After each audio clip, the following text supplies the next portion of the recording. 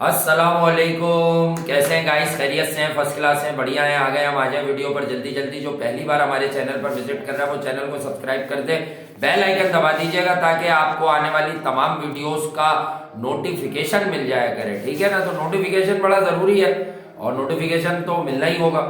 और जब आप ALL ऑल दबा लेंगे तो नोटिफिकेशन आ जाया करेगा और आप उसे पकड़ के लटक भी सकते हैं ताकि ठीक तरह से नोटिफिकेशन, बजरिया नोटिफिकेशन आपको हर वीडियो मिल जाए। अच्छा जी, बात करेंगे। इंडिया पहला मैच हारा T20 का न्यूजीलैंड से।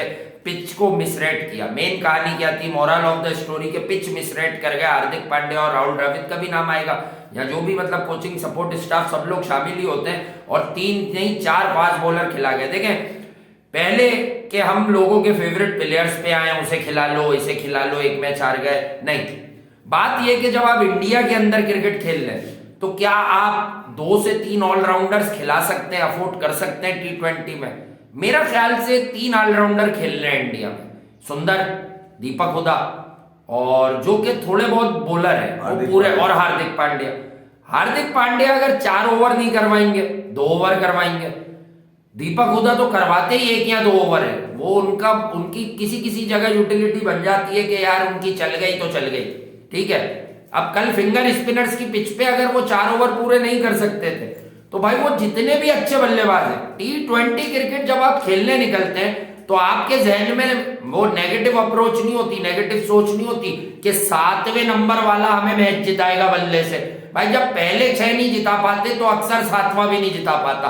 कल 8वां सुंदर था, उसने हीरोइक्स दिखाए, लेकिन हम सब जानते थे 2-3 ओवर पहले भी कि बेचारा मार तो रहा है बट इंडिया मैच हार चुका है। ये एंड में 10, 15, 20 रन शॉर्ट रह जाएंगे और फिर 21 रन से वो हार गए। तो जाया हो गया ना सुंदर। अगर उसकी इतनी फॉर्म लगी थी तो उसे कुछ 2-3 ओवर ज्यादा चाहिए थे।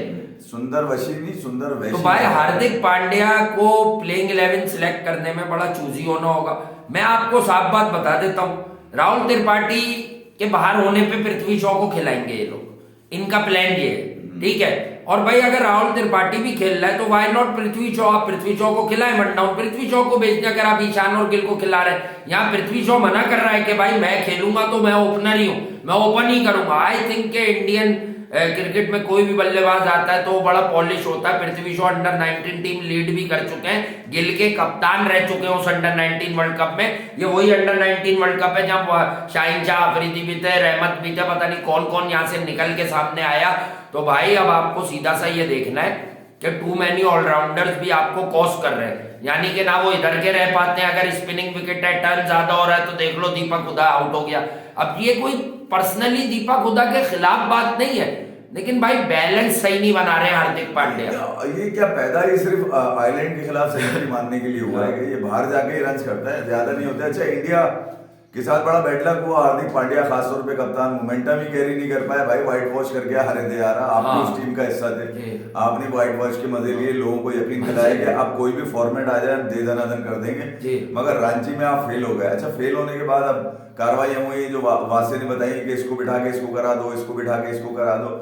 चलते चलते साथ साथ ईशान किशन पे सबसे बड़ा आलू आ रहा है। मुझे बताया जा रहा है कि 180 रन है उनके टोटल 12 T20 आई इसके अंदर। तो आप अंदाजा लगा लीजिए एवरेज किस कदर गिरा हुआ है। अब मैं ये बात नहीं कर रहा कि 200 रन के उनके पास मारे में उन्होंने ODIs में, ठीक है, मगर ये T20 में अगर देखा जाए तो ऊपर से जो फ्लाइंग स्टार्ट ईशान किशन के साथ रिलेट किया जाता है वो उनके पास से नहीं मिल रहा। तो यहाँ आपने देखना पड़ेगा। शुभमन गिल के बारे में भी कहा जा रहा है कि भाई उनको भी जरा T20 में अगर आपने बनाना है बल्लेबाज तो कोई और सीरीज देख लीजिएगा। अभी तो मोमेंटम आपके साथ जीत का लगा हुआ है, बाद में कभी करवा दीजिएगा उनको। अगर ओपन ही कराना है आपने तो ईशान पहले ही नहीं चल रहा है उनके साथ, आपने शुभमन गिल को मौका दे दिया तो वो भी बिल्कुल ही फारिग नजर आए, तो वहां से भी कुछ निकल के नहीं आया। फिर नीचे अगर आप देखा जाए जो वासे ने कहा, दीपक हुडा के बारे में भी कहा जा रहा है कि भाई अगर वो फुली यूटिलाइज नहीं हो सकते कि एक मैच में अगर उनको बॉलिंग करा दी जाए तो बोलेंगे बॉलिंग भी मैं आधी करूंगा, बैटिंग करा दी जाए तो बैटिंग में भी पूरे नजर नहीं आएंगे। तो उनकी जगह जितेश शर्मा को कहा जा रहा है कि जितेश शर्मा और उसने मुंबई के लिए बड़ा मुतासिर कुन बल्लेबाजी की है। तो मैं ये कह रहा हूँ कि बैटिंग में तो आपको ये तब्दीलियां करनी पड़ेगी, मगर बॉलिंग में भी आपने कुछ ना कुछ निकाल के लेकर आना है। सूरत हाल है, मैं बताऊं आपको इंडियन टीम की। अर्शदीप सिंह का कल दोबारा मौका ऐसा लगा कि मेरे ख्याल में वो 25-26 रन देने वाले पहले ही बॉलर बन गए। कल वो 2 से 3 मरतबा ये कार्रवाई उतार चुके हैं कि उनको कंट्रोल ही नहीं होता। पता क्या है कि ईशान पर इन्वेस्टमेंट डबल सेंचुरी ओडीआई में की थी, गिल खेल गए, उन्होंने कर दी। अब एक मसला और है जो इंडियन ड्रेसिंग रूम में ये बीसीसीआई है सिलेक्टर्स का, अब वो ये सोचते हैं, ये सोचता है हर आदमी जो ईशान के साथ इतने अरसे से क्रिकेट खेलते हुए आ रहे हैं, हार्दिक वगैरह और दीगर लोग, ये सोचते हैं कि अगर हमने किसी को चांस दिया, उसने परफॉर्म कर दिया तो ईशान किशन बहुत पीछे हो जाएगा, फिर इसकी बात खत्म हो जाएगी। तो भाई क्रिकेट तो ऐसी है ना, जिसको मौका मिले वो अवेल करे। अब मैं ये नहीं कह रहा कि ईशान को 1-2 मैचेस में ड्रॉप कर दो, बट आप असल में ईशान को मजबूरन, क्योंकि आपको गिल को वनडे खिलाना था और अब उसने परफॉर्म कर दिया, डबल सेंचुरी उसने करके दिखा दिया, तो अब आपको मजबूरन ईशान को उस फॉर्मेट में अकोमोडेट करना पड़ रहा है जिस फॉर्मेट में वो फेल हो रहा है श्रीलंका के सीरीज से। देखिए यार, वो तो वनडे में रन लगा रहा था। आफ्टर ऑल आप आते ही नंबर्स गेम के ऊपर है, और नंबर्स ईशान के खिलाफ जा रहे हैं T20 में, खास तौर पे जो मैंने बता दिया 180 रन है 12 T20 है। इसके अंदर जो डिस्कस हो रहा है इस वक्त मीडिया के अंदर कि यार ईशान पे आखिर इतनी मेहरबानी क्योंकि वो वर्ल्ड कप में रोहित शर्मा से ऊपर खेल जाते हैं 2021 के। तो मैं ये कह रहा हूँ कुछ कहीं जानेदारी नजर आती है कि ठीक है टैलेंट होगा यार, मगर उसके साथ एक ज्यादती भी हो रही है, ज्यादती नहीं हो रही है, होता है टेक्निकली मरता है भाई। इंडिया में जब तक रोहित शर्मा रिटायर नहीं होते, रोहित शर्मा ओपनर है, ये तो हम सब जानते हैं, वो कप्तान भी है। अब रोहित के साथ कोई एक ही आदमी ओपन करेगा ना, इन्होंने तय ये कर लिया शुभमन गिल को हम जरा ज्यादा लंबा गो देंगे, वो भी सेट हो गया। अब उसने इतने रन कर दिए कि अब वो कम से कम 2 सीरीज के बाद ही उसका कोई फैसला होगा। हाँ, तो अब ईशान ने भी डबल सेंचुरी की थी जिस फॉर्मेट में, जहां 93, 97 साउथ अफ्रीका के खिलाफ, जिस फॉर्मेट में उसकी कंसिस्टेंसी आ गई थी उस फॉर्मेट में बिठा दिया। गलत फॉर्मेट खेल रहा है वो, क्योंकि टेक्निकली फंस गए हैं। अगर ये तरीका है कि सबको मौका मिलेगा, मतलब आप जिस फॉर्मेट में वो अच्छे रिप्रेजेंट कर रहे हैं इंडिया को, वहां पे बिठा के आप किसी और फॉर्मेट में अगर उसको मौका क्या पर्ची दे रहे हैं आप उसको, तो फिर ये जाती है। देखिए उन खिलाड़ियों के साथ है जो उस फॉर्मेट के अच्छे खिलाड़ी हैं, ऐसा नहीं है। देखिए दीपक हुडा के लिए ये भी मैंने 1-2 जगह देखा कि यार कहा जा रहा है कि दीपक हुडा को अगर आपने यूटिलाइज करनी है तो उसको टॉप ऑर्डर में करें। वो भाई टॉप ऑर्डर में कोई आयरलैंड से मैच खेल रहा है क्या इंडिया? भाई न्यूजीलैंड से खेल रहा है, ठीक है। अगर वो ओडीआईज में व्हाइट वॉश हो गए तो क्या मतलब है? इस फॉर्मेट में सेंटर आपको छोड़ देगा, खुला डुल्ला छोड़ देगा, जाओ लखनऊ में भी मारो मुझे पकड़ के। नहीं यार, रांची में उसने बता दिया कि उसके अजाइम जो है वो इंडिया की उस वीक बॉलिंग उस वीकनेस के ऊपर नजर रखा हुआ है सेंटर, जहां से उनको पता है कि यार यहाँ से कुछ नहीं। देखें अर्शदीप ने बताया, ऊपर से आपको ईशान किशन ने बताया। ईशान ठीक है, हो सकता है कि यार वो आगे 2-3 मैचेस के बाद जाके लंबे रन कर दे, मगर आप इतनी देर में कुछ ना कुछ गंवा बैठेंगे, तो जब गंवा बैठेंगे भी आए तो फिर उसके बाद सुधरना बेकार होता है। तो अर्शदीप के हवाले से कहा जा रहा है कि मुकेश कुमार, वो भी आपके पास स्क्वाड के अंदर है, उसको भी आप बंगाली बच्चे को दे सकते हैं मौका, ठीक है। उसने परफॉर्मेंस दी है, आपने उसको अगर आप होम कंडीशन में अगर आप अप्लाई नहीं करेंगे उसको तो फिर कहाँ करेंगे? अर्शदीप तो ऑलरेडी अब तो मौके से ज्यादा चौका लगाना है, सीरीज अब स्टेक पे लगी हुई है। तो मेरा ख्याल से कि राहुल का जो फ्रेंचाइज का घर है लखनऊ, उसमें ये राहुल को शादी का तोहफा देने पर गौर करें, क्योंकि बड़े बड़े लोगों ने बड़े बड़े गिफ्ट्स दिए हैं। कोहली ने भाई वो कार शार दी है, ओडी या BMW वगैरह, और भी किसी ने कुछ दिया है ना। हाँ, अक्षर पटेल की भी भाई शादी हो गई, तस्वीरें आ गई हैं उनकी भी।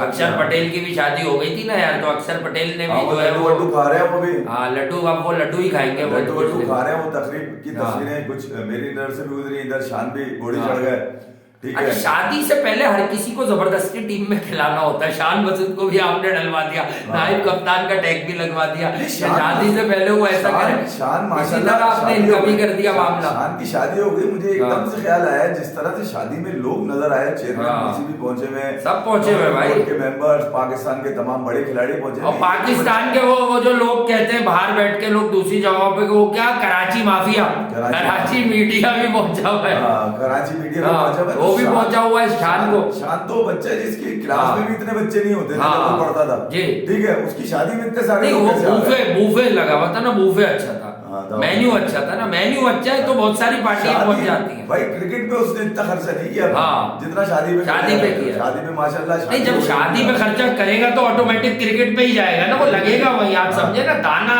मतलब लोग पैसे लगा देते हैं तो वो बाद में वसूल भी करते हैं, नहीं मगर इसी नियत से लगा रहे होते हैं ना कि यार वसूली भी चाहिए हमें।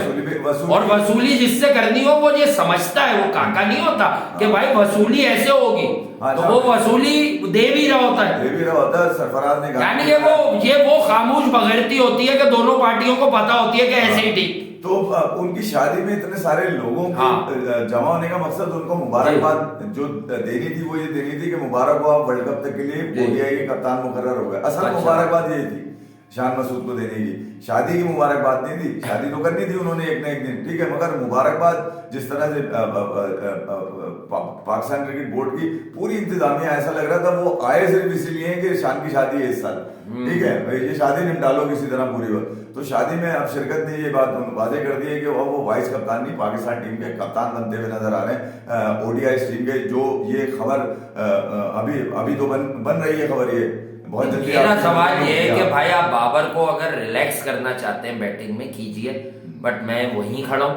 शान मसूद वनडे क्रिकेट में पहले पाकिस्तान की परमानेंट प्लेस कहाँ हासिल करेंगे? वो सिर्फ इमाम की जगह खेल सकते, क्या आप फखर को ड्रॉप कर देंगे? भाई देखें फखर 15 मैच में भी रन बनाया, जब भी आप नहीं यहाँ नहीं कह सकते, यहाँ वन डाउन बाबर आते हैं, ठीक है। दूसरी बात यह है कि भाई कोई कितने भी रन बना ले, मैं वही कहता हूँ कि जो क्रिकेट के समझदार लोग हैं, फखर जिस स्टाइल से भी खेलता हो, आड़ा टेढ़ा ऊंचा नीचा, बट गिवन डे पर किसी मेगा इवेंट में किसी बड़ी जगह पर जो फखर जमान कर सकता है वो कोई भी नहीं कर सकता। बहुत सारे लोग नाराज हो जाओगे, और वो अब तुम देख भी रहो, अभी मजीद भी देख लो, बहुत सारा टाइम है, अभी एक साल और देख लो क्रिकेट, उसके बाद बात करें। बचाने की कोशिश तो फखर ने एक सेंचुरी मार की भी थी, मगर वो शायद नाकाफी रहे। मैं सिर्फ ये चैंपियंस ट्रॉफी की बात नहीं करता कि उसने कर दिया है, उसमें वो एबिलिटी है, जेन्युइन सिक्स हिटर। भाई मिचेल स्टार्क को मारा था ना उसने, जो पाकिस्तान में 150 करते करते एकदम 176 कर गया था, वरना 2021 के वर्ल्ड टी20 के सेमीफाइनल में अब दुबई में इन्होंने तो वहां लाके मारा था पाकिस्तान को पावर प्ले के बाद के 5 ओवर में, बाबर और रिजवान ने, कि पाकिस्तान के तो 150 भी होना मुश्किल लग गए थे।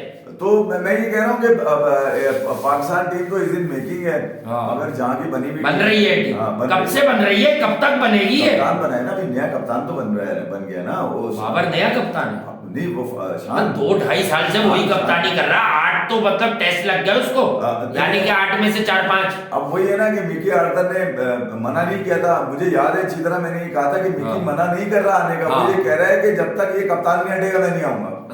ठीक है, अब पीसीबी ने कहा कि भाई अगर इसको हटाएंगे तुम्हारे कहने से तो फिर हम अपना बनाएंगे, तो उन्होंने बना दो कौन है, तो अब कप्तान वाला बनाया जो सिर्फ दांत निकालेगा। नहीं, वो एटलीस्ट इंग्लिश में बातें करेगा, कम से कम इंग्लिश अच्छी है, प्रेजेंटेशन अच्छी, इंग्लिश में जरा खूबसूरत बातें कर लेगा, प्रेजेंटेशन दे देगा, इसके अलावा खूबसूरत बातें, पता है ना आपको, खूबसूरत बातें निकल के आने वाला कुछ नहीं है, कोई रेंज उसके पास कोई ऐसे एक्सक्लूसिव शॉट्स भी नहीं है जो उसने पिछले करियर में मारता हुआ नजर आया होगा, नहीं यार कहीं मारता है। एक बंदा मुझसे पूछ रहा था, खूबसूरत बातें वही होती हैं जो लिहाफ ओढ़ के की जाती हैं रात को 1-1:30 बजे के बाद? नहीं, खूबसूरत बातें आप अंधेरे में भी कर सकते हैं, अंधेरे में भी कर सकते हैं, वहाँ लिहाफ की जरूरत नहीं, लिहाफ ओढ़ के नहीं, गर्मियों में तो लिहाफ नहीं ओढ़ेंगे ना, खूबसूरत बातें करके वहाँ अंधेरा चाहिए, सही है, ओके, जहाँ ठंडी हवा आ रही हो मगर, ताकि आप ज्यादा पसीना ना आए आपको। तो मैं ये इंडिया को यहाँ पर ये मसाइल आ रहे हैं लखनऊ के अंदर, और ये आपको बता दूं ये सीरीज आपको लग भी सकती है, ये बात याद रखिएगा।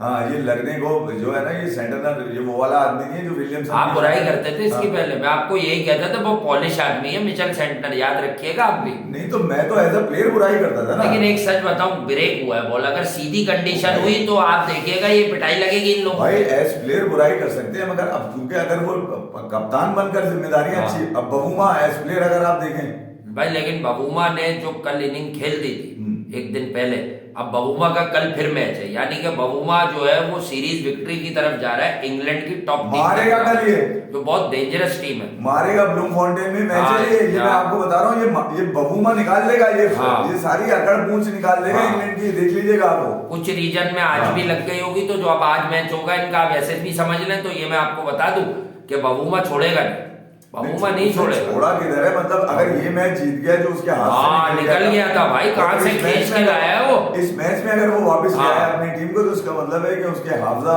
और उसके देखें इंग्लैंड की टीम भी बड़ी है सॉलिड, और वनडे क्रिकेट में ऑफ लेट बहुत अच्छा नहीं कर रही, लेकिन इसका मतलब नहीं है टीम उनकी तगड़ी है। असल में उन्होंने टारगेट T20 वर्ल्ड कप को कर लिया था, ये वर्ल्ड कप वो जीत चुके थे लास्ट टाइम, तो अब वो दोबारा से यहाँ रीबिल्डिंग तो नहीं कहेंगे, क्योंकि वही Sam Curran, Jason Roy form में आ गया, वही मतलब डेविड मलान, क्या बारी खेल रहा था डेविड मलान, वो तो आउट किया।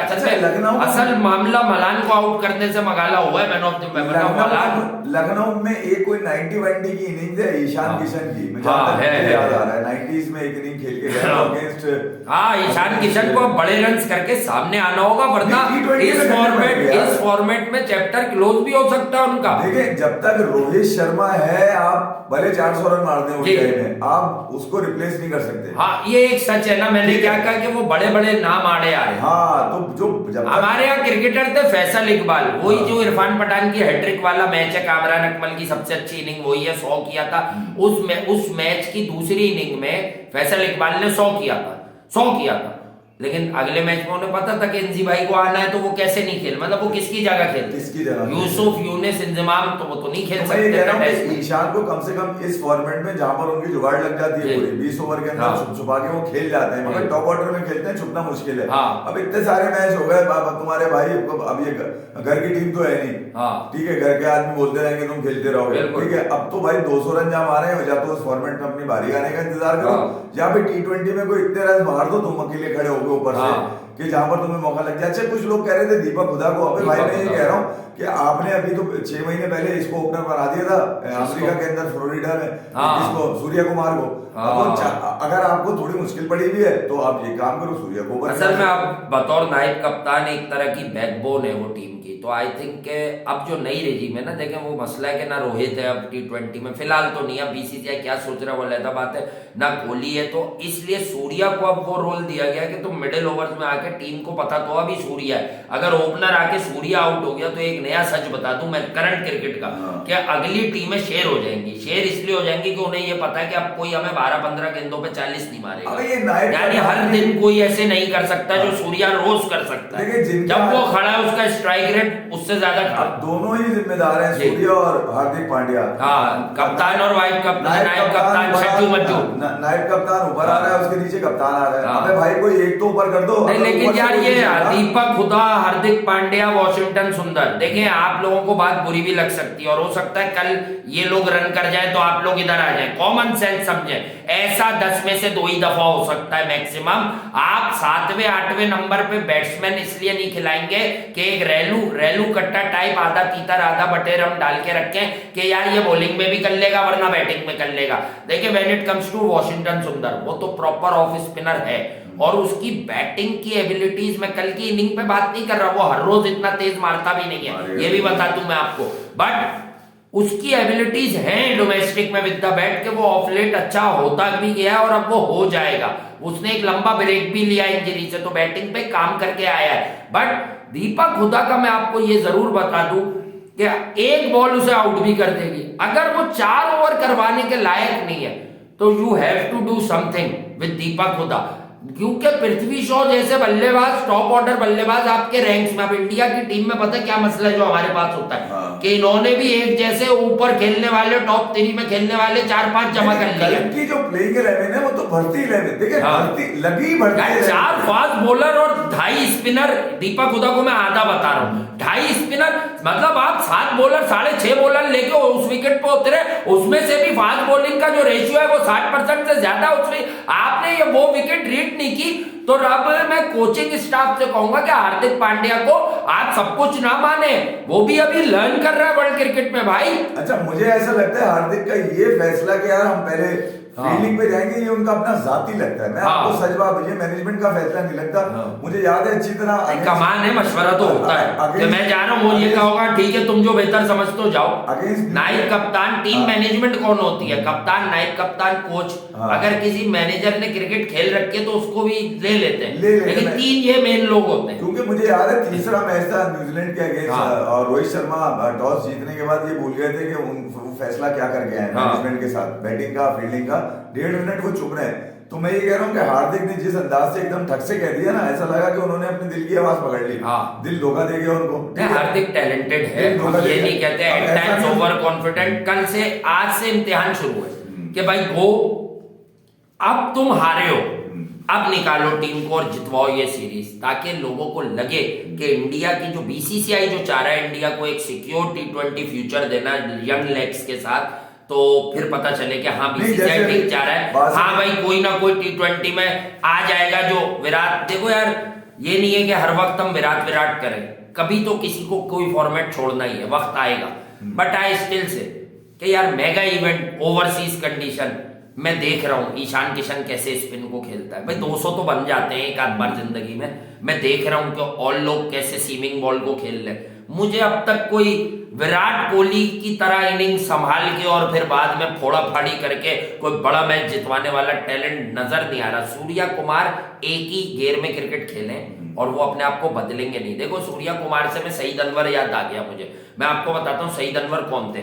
सईद अनवर नेट्स में इतना बुरा खेलते थे कि अगर कोई बेवकूफ आदमी होता ना, जैसे ये आजकल हमारी टीमों पे मुसल्लत है, ये इन्हें मैच ही नहीं खिलाते, अबे इतना बुरा मैच है, आप तो आड़ा टेढ़ा मिस कर रहे हो। वसीम अकरम भी बताते थे। बट सईद अनवर जब मैदान में खेलते थे तो आपको सबको पता है, जिन्होंने देख रखा है, जो नहीं देख के वो देखें, Saeed Anwar is one of the finest. जो आज शॉटों के आप दीवाने, वो रिस्ट से इतने ऊपर की बॉल को रिस्ट वर्क से वो आराम से मिड विकेट पे छक्का मारते थे। तो ये जो आवाजें उठ रही है राहुल त्रिपाठी के लिए, कुछ एंगल्स बने हैं राहुल त्रिपाठी के लिए कि उनको नहीं यार, उनको अभी 6-8 मैं बना रहा हूं कि वो नया है ना, तो ये शायद इसी चक्कर में लगे हुए हैं कि उसको फेल देखें यार। अगर उसे भी इतने अरसे के बाद मौका दिया, मेरा कोई रिश्तेदार लक होती है, उसका टैलेंट है, आप लोग देख चुके हो। अगर ये मजबूरी है कि आईपीएल के लौंडे नहीं बिठा सकते, आप 15-16 करोड़ वाले नहीं बिठा सकते, तो फिर ये ज्यादती उनके साथ नहीं। अभी रजत पाटीदार रैंक्स में है यार, अभी रजत पाटीदार को भी आपको वनडे या इधर देखना होगा आने वाले। देखो संजू की इंजरी हुई, अब गायब है मामला, बात दब गई कि क्या इंजरी है, किसकी रेट की है, क्योंकि उसे खिलाने में या ऊपर खिलाने में इंटरेस्टेड नहीं थी। मैं जितेश भी अच्छा फिनिशर है, जितेश शर्मा अब मुंबई से लगा हुआ था, वो अच्छा फिनिशर हमने देखा 2-3 इनिंग पूरे सीजन में उसने अच्छी खेली। कर सकते हैं कि उदा को ऊपर ले लें, जितेश को नीचे ले लें। यार 50 लड़के तो एक बार टीम में नहीं आएंगे। मैंने क्या कहा है कि फॉर्मेट वाइज स्किल हो है यार। अभी जितेश है, वो साई के वो है, क्या नाम है, तिलक वर्मा, जो हमें भी बड़ा पसंद है, बहुत लोग आ रहे हैं लाइमलाइट में, लेकिन अब सबका मौका आ रहा है। अब ये करना ये चाहिए इन लोगों को कि अगर ये किसी को एक फॉर्मेट दे रहे हैं ना, तो कम से कम 2-2 सीरीज दे के फिर लोग कहेंगे, ईशान कहेगा गिल के लिए तो तुमने एकदम से रास्ता बनाया, राहुल त्रिपाठी के लिए कोई कुछ कहेगा नहीं, लेकिन मैं कहूंगा कि राहुल त्रिपाठी अच्छा है या बुरा है, राहुल त्रिपाठी को भी 10-12 मैच इस फॉर्मेट में मिलने चाहिए। अच्छा पृथ्वी शॉ ठीक है यार, बड़ा नाम है उनका, ईशान की जगह उनका नाम आ रहा है, बिल्कुल मौका लगना चाहिए। ऐसा नहीं कि पृथ्वी शॉ की असल में फैन फॉलोइंग है, ऐसा नहीं हो सकता कि 2 T20 है बहुत डेंजरस बॉल, लेकिन थोड़ा अपनी विकेट पे प्राइस टैग नहीं लगता है। बस T20 देने के बाद ब्रायन लारा ने इसी के लिए कहा था कि मेरा रिकॉर्ड रोहित या पृथ्वी शॉ तोड़ सकता है। तो मैं ये कह रहा हूँ कि उनके खून भी लगा हुआ है, ऐसे नहीं कि रांची में उन्होंने ठीक हाँ। फिर जय शाह साहब की बैकिंग पर कुछ हल्के रिपोर्ट करते हैं कुछ दोस्त यार, हम तो वहां नहीं बैठे, वो ये कहते हैं कि ऋतुराज को जो इस बार कहा गया कि वो इंजर्ड है, इस बार वो शायद इंजर्ड नहीं है। ये कुछ लोगों की राय है, हमें जो बात पता नहीं है हम उस पर बात नहीं करते कि भाई हाँ ऋतुराज को फिर इंजर्ड क्यों हो गया, इतना तो मार के आ रहा था वो। अभी उसकी इंजरी से सीवियर इंजरी से रिलेटेड मुझे कहीं खबर नहीं मिली, सिवाय ये कि वो इंजर्ड है। क्या इंजरी है, क्या हो गया?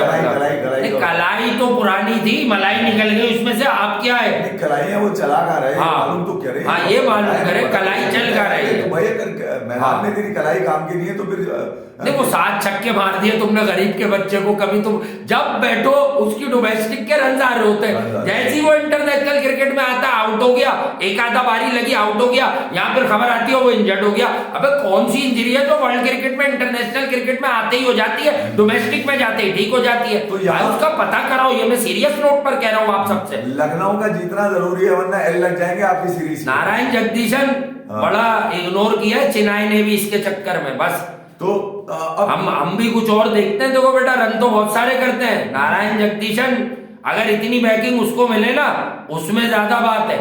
तो हार्दिक पांड्या को भी अपनी जरा बॉडी लैंग्वेज को कंट्रोल करना पड़ेगा भाई। अब ज्यादा स्प्रिंग लगे हुए फांते ज्यादा नजर आते हैं, और टीम की रिकवरी उस तरह से नजर नहीं आ रही जिस तरह से होनी चाहिए।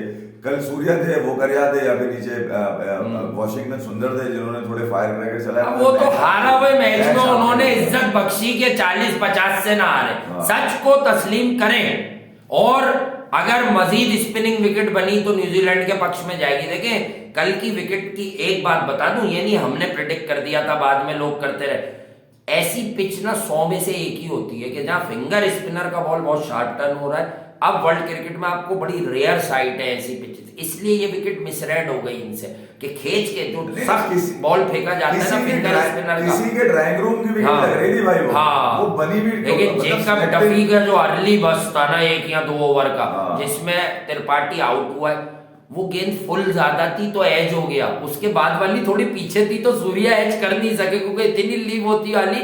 वो ओवर इतना खतरनाक था कि जेकब डफी अगर मिडिल स्टंप से गेंद शुरू करता तो शायद वो कम स्विंग होती, बॉल कम बाहर निकलती तो शायद वो उसी ओवर में 3 विकेटें ले जाता। अनप्लेबल बॉलें थी वो ओवर चेक तो करो क्या बॉलिंग करी है उसने। अच्छा आप न्यूजीलैंड में तो मुझे कोई तब्दीली नजर नहीं आ रही।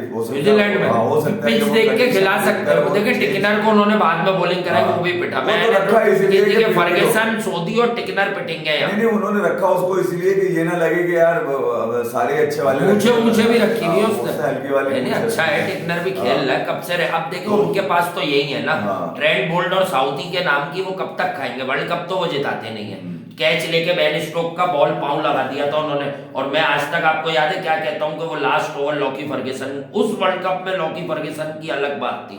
तो लॉकी फर्गुसन का वो ओवर था, बट ट्रेंट बोल्ट ने तजुर्बे पे वो सुपर ओवर किया और लॉकी फर्गुसन 8-10 रन पे भी काम उतार सकता था उस वर्ल्ड कप में इंग्लैंड में। बहुत खतरनाक पहली बॉल पे खत्म कर देता है मैच या फिर आखिरी बॉल। फिर वो रन आउट जो हुआ था वो कमाल हुआ था यार, वो सुपर हो हाथ से लग के 4 हो जाना, बहुत ही अलग क्रिकेट हुई थी। फिर मार्टिन गप्टिल उस मैच में कुछ अच्छे लग रहे थे, पूरा वर्ल्ड कप उनका फेलियर था, उसको सुपर ओवर में कंसीडर करके रखना, कुछ बड़े अजीब फैसले थे न्यूजीलैंड के 2019 वर्ल्ड कप के फाइनल में।